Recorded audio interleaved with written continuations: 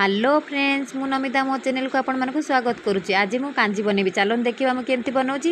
ये मुझे किसी बैगण भंडा कखारू भेंडी टमाटर आंबुल अरुआ चाउल आउ छुंक दवाई पंचफुटण शुखिला लंका भूषण पत्र नहीं जाइए।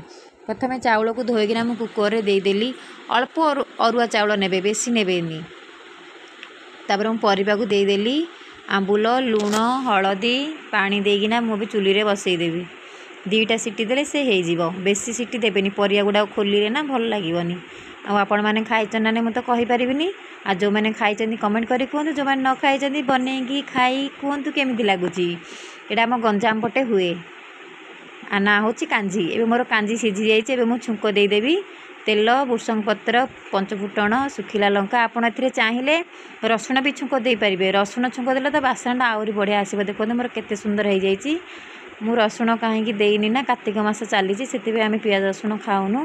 मो खाइबा रेडी हो गला। आसतु खाइबा। वीडियोटा भल लगी लाइक शेयर